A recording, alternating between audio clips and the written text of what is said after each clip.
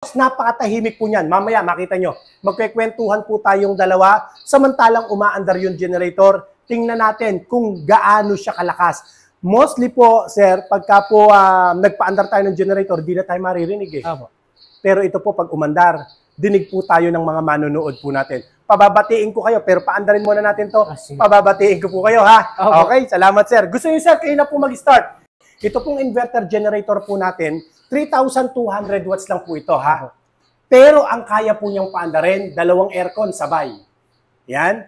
Dalawang aircon na sabay, dalawang rep, sabayin nyo pa po, sabayan nyo ng dalawang TV, dalawang ventilador, kaya pa rin po. 10 ilaw, sabay-sabay po yan, ha? Lahat ng binanggit ko po, dagdagan mo pa ng internet at laptops, kayang-kaya po yan ng ating 3,200 watts. Ganyan po kalakas ang ating generator. At ang kagandahan po nito, sir, ano po? Kaganda po nung Allen Generator 3,000 watts na inverter, ito po, mapakatipid po nito sa gasolina. Wala pa pong 1 litro kada isang oras po yan.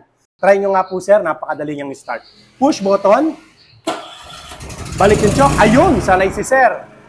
Okay, ganyan lang po yan. Tara po, sir, dito. Tayo po ay magkwentuhan.